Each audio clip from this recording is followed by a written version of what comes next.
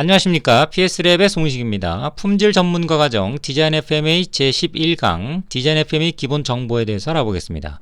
네, 이전까지는 FM이라고 하는 거 공통적인 사항들을 다루었죠. 그러니까 이제 디자인 FM이다, 프로세스 FM이다 이렇게 구분하지는 않았습니다. 그런데 이제 본 강의부터는 주제가 이제 디자인 FM에 이제 한정한다. 뭐 이렇게 볼 수가 있겠고요. 핵심으로 이제 들어왔다. 뭐 이렇게도 볼 수가 있겠습니다.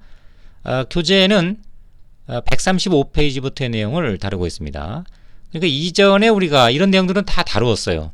그런데 그들 중에서 디자인 FM에 한정된 그런 기본 정보를 본 강의에 이제 포함하고 있다. 뭐 이렇게 여러분들이 생각하시면 될 것 같습니다. 자, 우선 FME가 뭐냐? 디자인 FME. 이것은 뭐 여러 가지 사전적 정의 또 여러 출처에 따라서 이제 정의하는 내용들이 있습니다만. 모태가 이제 SA J1739죠. 이제 포드 매뉴얼이 요거를 이제 모태로 삼고 있습니다. 이 내용을 주제로 삼고 있죠. 물론 이제 요 앞에는 빅3가 또 공통적으로 다루는 매뉴얼이 또 있습니다. SA 이제 J1739에 따르면요, 잠재 고장 모드와 그에 영향을 주는 원인 메커니즘, 원인을 규명하는 거죠. 최대한도로 떠올리고 처리를 또 해줘야 돼요. 개선까지 하는 거죠. 그래서 이제 설계 담당 엔지니어 또 팀에 의해서 언제요? 제일 먼저 이용되는 겁니다. 그러니까 이것은 문제가 발생하기 전에 사전에 그 문제를 해결하는 뭐 유일한 기법이다 이렇게 설명을 드린 바가 있습니다. 문제가 생겨난 다음에 해결하는 이런 접근은 아니란 얘기죠. 그래서 이제 설계 단계에서 주로 다루게 되고요. 특히 우리 교재를 보면요, 135페이지 보면 많은 줄임 내용들이 거기에 이제 포함이 되어 있습니다. 그러니까 부품이나 하위 시스템, 뭐 최종 아이템, 뭐 이런 것들을 총망라한다. 그 다음에 규격화된 양식을 쓰고 있다. 그런 표현도 있습니다. 또 시스템이나 하위 시스템, 부품이 설계될 때 우리가 경험에 근거해서 잘못될 수 있는 사안들을 분석하는 거예요.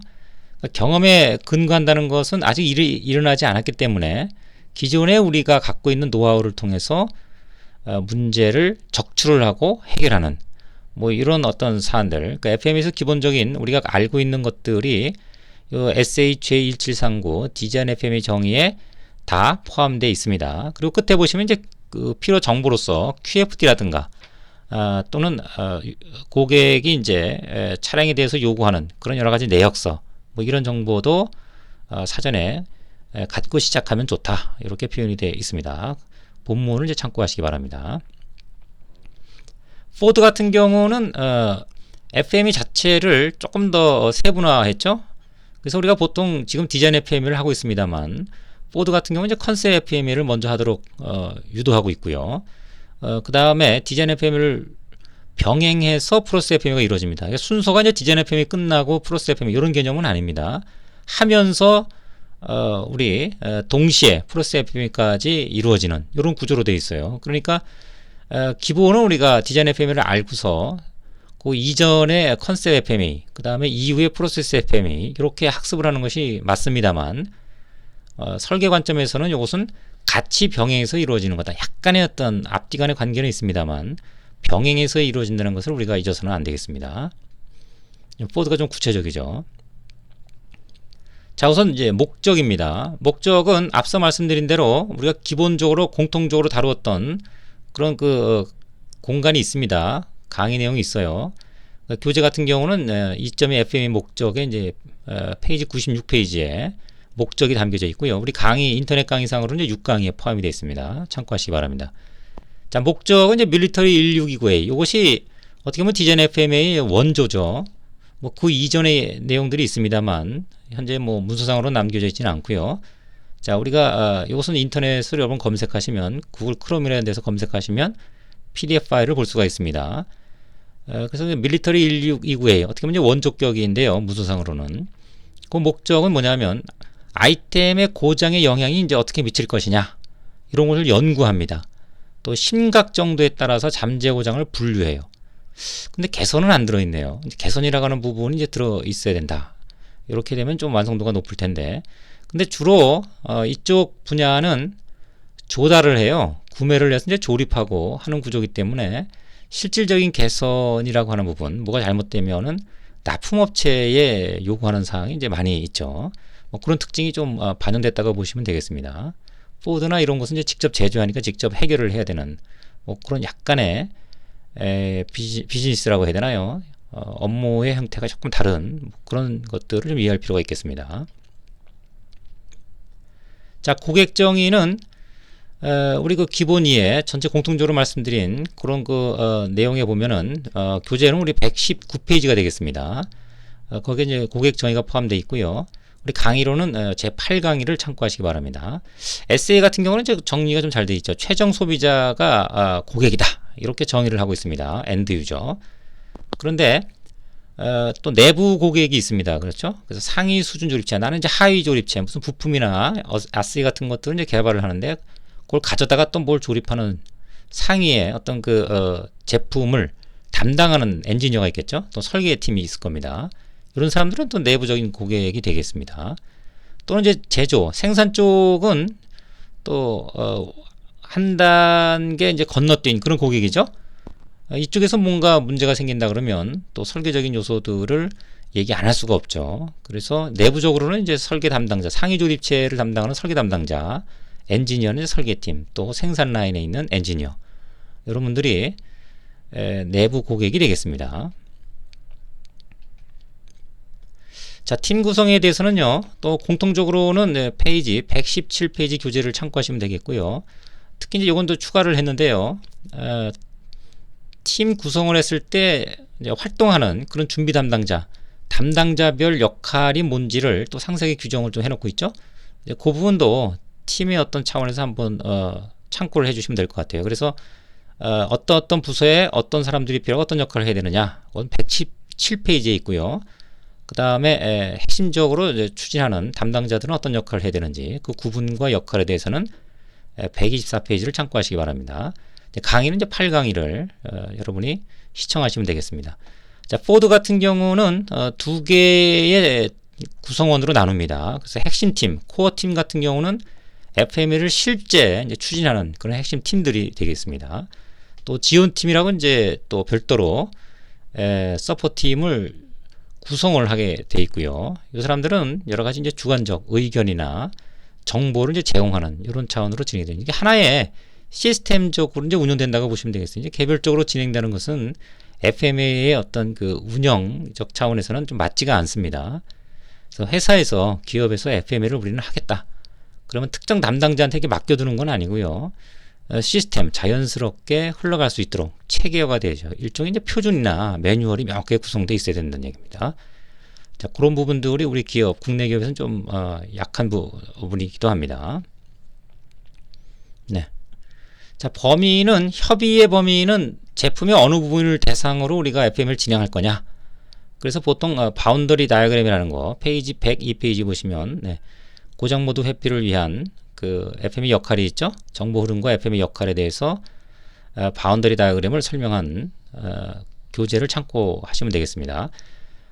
또 이제 포함시켜야 할 것과 이제 제외시켜야 할 것 이런 것들 좀 명확하게 할 필요가 있는데 이건 이제 광의의 어떤 범위 설정이죠. 협의가 제품의 어떤 영역을 설정하는 거라 그러면 운영에 대해서 수행 규모를 확정짓는 거 이런 목적으로서는 또 우리가 고려할 범위 설정에서 고려할 또 사안이 되겠습니다.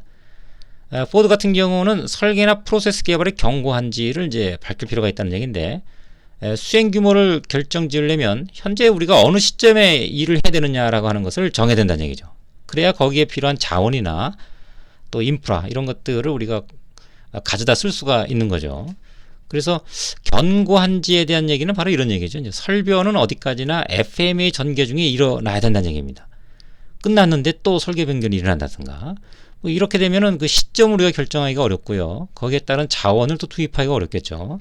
뭐 그런 측면에서 수행 규모가 광의의 어떤 그 범위 설정할 때 자원이나 인프라나 여러 가지 체계를 우리가 이제 결정을 해야 되는데 어느 수준까지 해야 되는지를 결정하려면 어느 시점에 일을 하고 있는 거냐. 그것을 명확하게 정의를 해야 된다는 얘기입니다.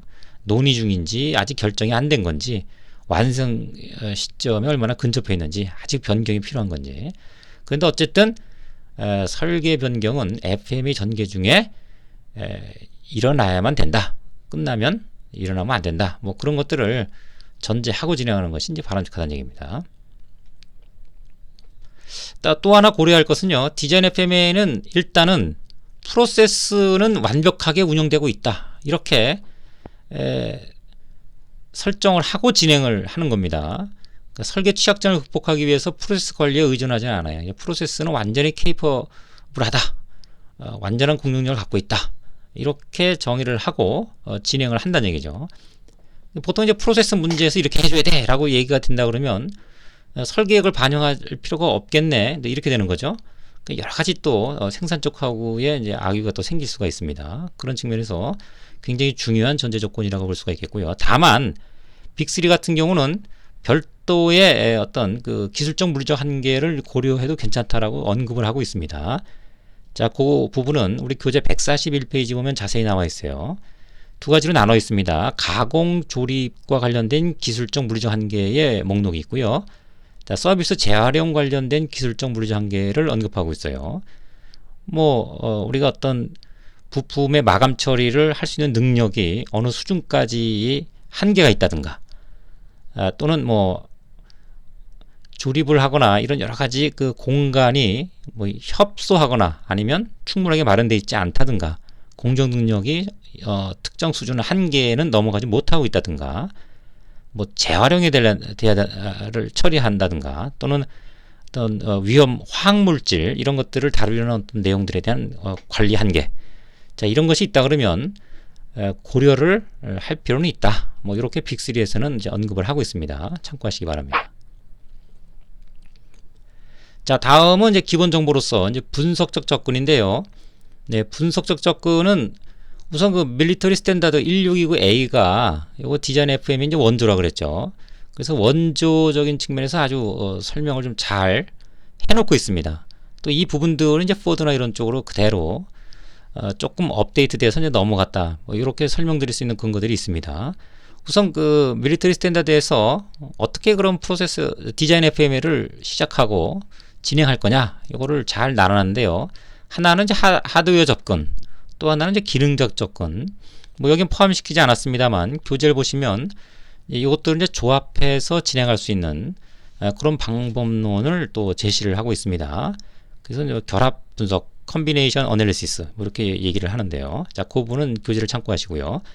하드웨어 접근은 이제 개개의 하드웨어 아이템들이 이제 명확할 때 이제 그림이나 도면도 그릴 수가 있어요. 그러니까 부품이나 이것들을 잘 우리가 구분해낼 수 있기 때문에 그거 하나하나를 시작점으로 해서, 즉 바텀업 어프로치를 해서 그것들이 서브 시스템이나 시스템에 미치는 영향도를 이제 파악해 가는 거죠.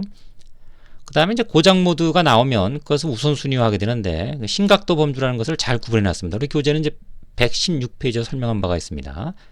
그래서 심각도 범주라고 하는 것은 이런 거죠. 파국적이냐, 그걸 캐테고리 1으로 하고, 또 캐테고리 2 같은 경우에 치명적이냐, 고장 모드를 이런 식으로 분류를 해서 시정 조치에 대한 여러 가지 사안들을 이제 규정을 해놓고 있죠. 네, 요 내용은 자세한 내용은 교재 116페이지를 참고하시기 바랍니다. 또 하나는 이제 기능적 접근인데요. 이거는 출력이 여러 개가 나와요. 좀 복잡하겠죠? 그 다음에 하드웨어가 명확하게 구분되어 있지 않아요. 상위 계층부터 하위 계층으로 연이어서 분석해 들어갈 경우 이제 복잡도가 좀 굉장히 높고, 이런 특징 때문에 이렇게 구분해서 바텀업의 개념으로 가기는 좀 한계가 있다. 네, 그럴 때는 이제 기능적 접근을 택하고요. 이런 형태를 탑다운 어프로치인데, 이제 공통적으로는 이것은 이제 어떤 경로를 선택할지는 이것은 이제 상황 판단이 좀 필요하다. 또 이것들을 조합해서 들어가는 그런 상황도 우리가 고려할 수가 있다. 이렇게 설명을 하고 있습니다. 네, 여기까지 기본적인 디자인 FM의 기본 정보에 대한 설명을 마쳤습니다. 자, 이후에는 디자인 FM의 수행을 위한 선행 작업, 물론 그것도 앞서 공통적인 부분에서 설명을 드렸습니다만 디자인 FM의 관점에서만 내용이 진행된다는 점 확인하시고 이후 강의를 참고하시기 바랍니다. 설명을 마치도록 하겠습니다. 수고하셨습니다.